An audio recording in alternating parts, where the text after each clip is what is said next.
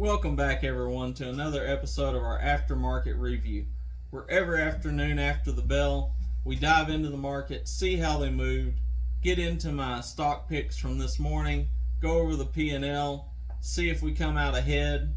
Let's get right into it and see how the markets did today. All right, our Wednesday actually was a little worse than the last couple of days, fairly flat overall. We ended up with the SPY closing down just slightly over 1%. The Dow was down 0.81% and the NASDAQ down 0.73%. NASDAQ actually held up better of the industries today, which is sort of interesting. The rest of the market, rest of my watch list, kind of up and down.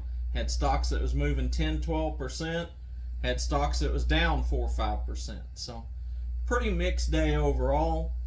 As far as our plays go, we did pretty well. Apple, it never hit my price target this morning, so we didn't buy into any Apple. It kind of stayed up around the 47, 48. I think it got all the way up 49 range today. So wasn't a buy for me. Didn't take any positions in that. However, I did take a position in Verb. We talked about Verb this morning. Verb right after open dived all the way down to 41.71. Now I picked it up at about 42 cents. That's where I took a position at. I did not sell it today because I still think that it's got room to move up. However, it closed just a little bit over 43 cents, which currently puts us up about 4.7% on that trade. So I'm pretty happy with just holding that overnight and seeing how tomorrow opens.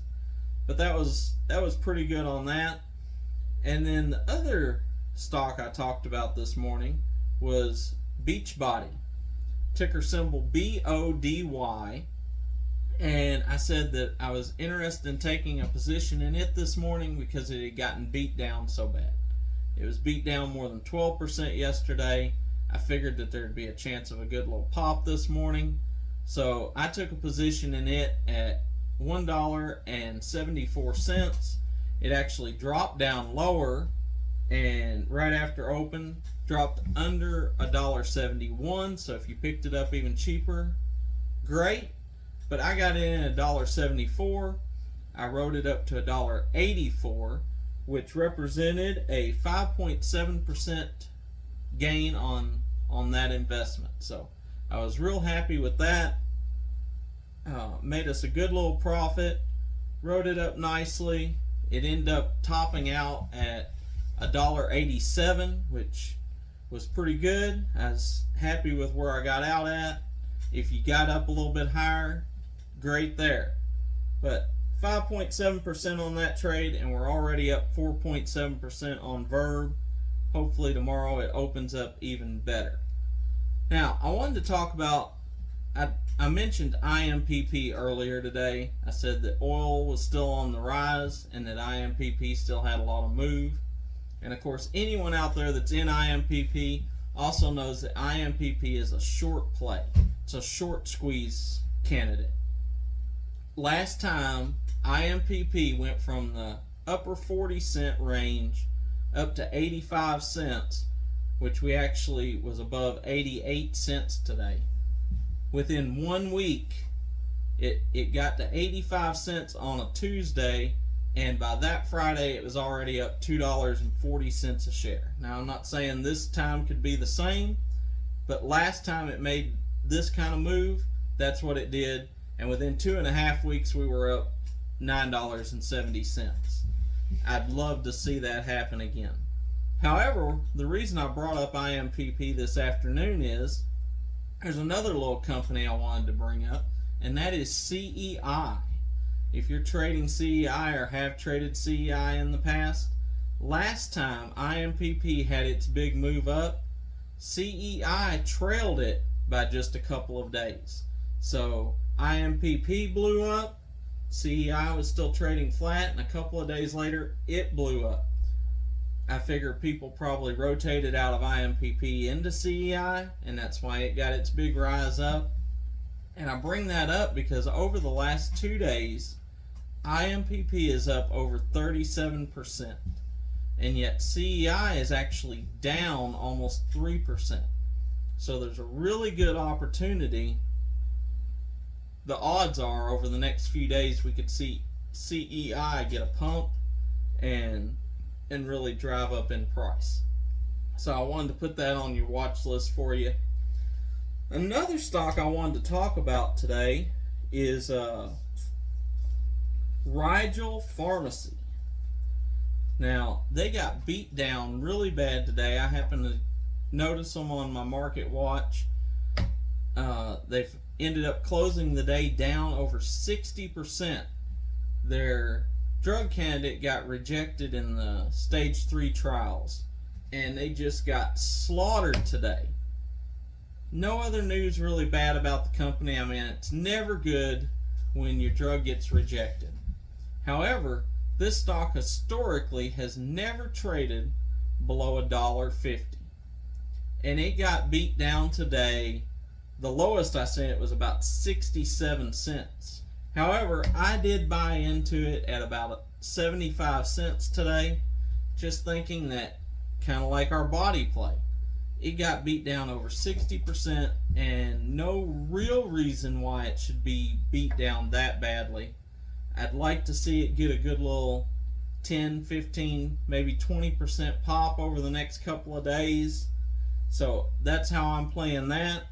Ticker symbol on that, if you want to check it out, is RIGL. I recommend you checking it out and seeing what you think about it.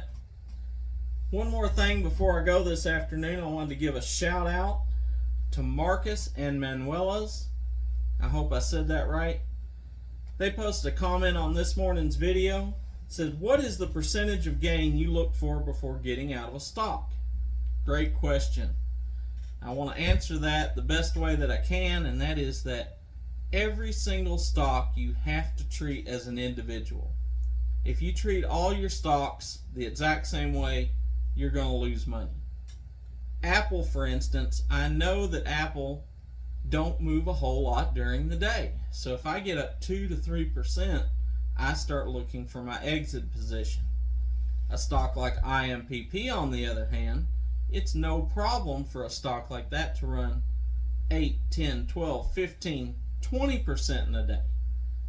However, I will say as a blanket statement, anytime you get up 10% on a play, I don't care what it is, you should start looking at your exit position.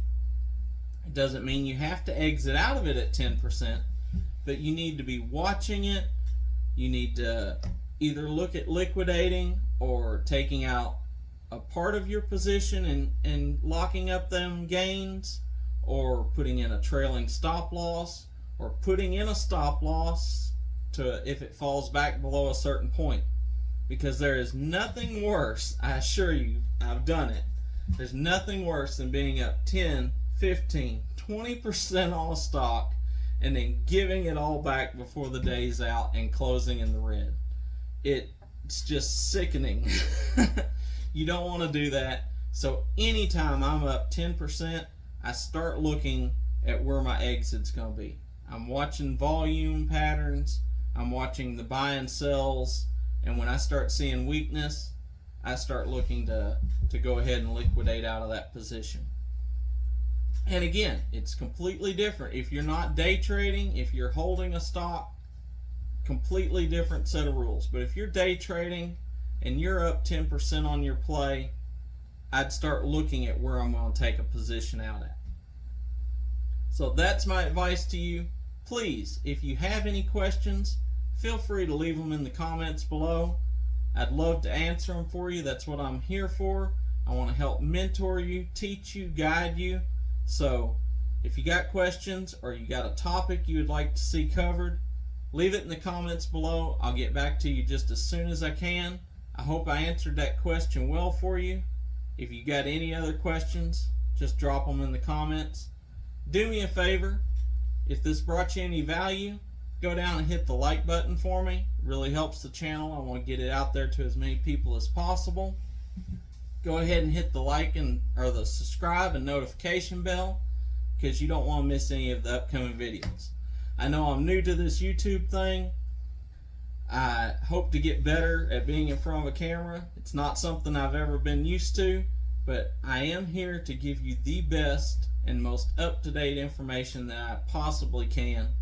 And I hope you appreciate that and continue to watch, continue for this channel to get better and grow and reach more people, because I want to bring you financial freedom. That's what I'm here for, and that is my mission statement. So remember, we don't only trade by charts. They'll lie to you. We don't get emotional about our trades. We always trade by the numbers. Until next time.